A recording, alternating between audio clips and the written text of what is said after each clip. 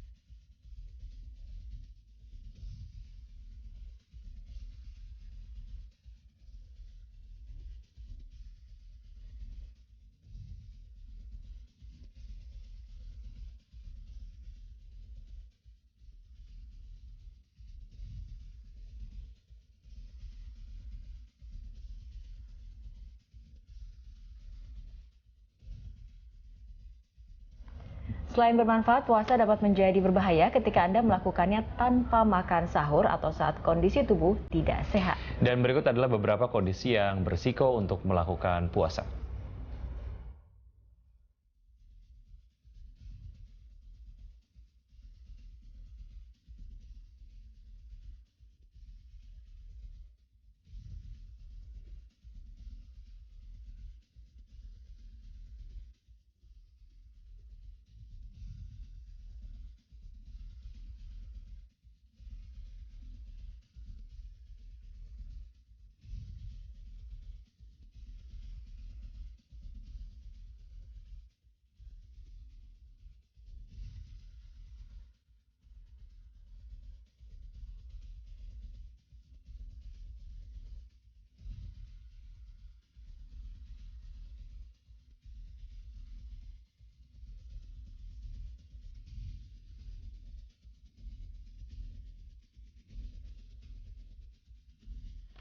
Ya, jika Anda memiliki beberapa pertanyaan terkait dengan bagaimana bisa sehat gitu ya dalam berpuasa, Anda dapat menghubungi line telepon yang ada di layar televisi Anda. Kalau tadi kita berbincang bersama Dr. Pauline Endang Praptini, sekarang sudah bergabung bersama kami di Lanstock ada Mbak Marzuarita, beliau adalah perwakilan dari komunitas peduli hepatitis atau Mbak Ita ya. Mbak Ita, kalau bicara soal menu makan lah ya ataupun menu diet lah ketika seorang pasien hepatitis melakukan puasa, ada perbedaannya nggak sih atau ada? Sebetulnya dikatakan diet tidak diet ya, tapi memang pasien hepatitis itu sebaiknya mengurangi asupan garam, asupan garam, terus hindari pengawet, pewarna, junk food itu sebaiknya dihindari. Artinya makan makanan yang sehat saja. itu ya. Dan itu rasanya sebetulnya memang hidup sehat kan seperti itu ya dok, gitu kan? Kita menghindari pengawet, pewarna, junk food, itu hidup sehat memang seperti itu sebetulnya. Cuman memang untuk penderita hepatitis itu jauh lebih berbahaya kalau tetap seperti itu. Gitu. Tapi secara manfaat sendiri untuk pasien hepatitis sebetulnya gitu ya, puasa itu apa sih manfaatnya? Sebetulnya lebih teratur ya. Karena kan otomatis tuh mau nggak mau harus makan pagi, harus sahur, jamnya pas tuh kan, jam 3, jam 4. Buka puasa habis maghrib, itu otomatis tuh teratur, itu akan sangat menolong gitu. Karena kan kalau hari-hari biasanya seringkali suka belum tentu sarapan pagi, siangnya suka melenceng-melenceng kan, mundur-mundur gitu. Baik, Dokter Pauline, untuk kondisi mungkin orang ingin berpuasa tapi dengan kondisi-kondisi tertentu seperti itu, apa kemudian yang harus sebetulnya diperhatikan? Apakah memang dari menu makanan yang harus diatur atau bagaimana? Ya, yang pertama yang harus diperhatikan pasti kondisi pasien itu sendiri. Kalau memang kondisi penyakitnya tidak memungkinkan untuk berpuasa, saya kira tidak harus memaksakan diri. Mungkin kalau penyakitnya penyakit yang ringan, ya mungkin akan membantu. Contohnya misalnya sakit mah, misalnya seperti itu, mungkin dengan berpuasa akan menjadi lebih bagus seperti itu, karena perutnya istilahnya pencerahannya ada fase diistirahatkan seperti itu. Tapi kalau untuk pasien-pasien hepatitis, kalau hepatitis yang itu memang sudah sembuh, artinya kan ada hepatitis A bisa selama dia terinfeksi itu mungkin kondisinya memang sakit. Gitu. Pastinya kalau kondisi lagi terinfeksi seperti itu memang tidak dianjurkan untuk melakukan puasa. Tapi kalau sudah sehat, memang cuma pernah mengalami terinfeksi hepatitis, saya kira kondisinya sudah membaik, ya silahkan. Tapi secara makanan sendiri, jenis makanan tidak ada pantangan ya, artinya mau makan apa saja tidak apa-apa gitu. Sebenarnya kalau penderitanya ini mengalami infeksinya itu infeksi hepatitis yang beresiko, misalnya hepatitis B, hepatitis C, itu memang selama hidupnya dia harus benar-benar menjaga untuk pengkonsumsian makanannya. Pastinya prinsip makannya adalah mengkonsumsi makanan yang tidak memperberat kerja dari liver itu sendiri. Makanan apa yang yang pertama pastinya secara total kalori harus cukup. Pertama itu supaya berat badannya dia tidak turun.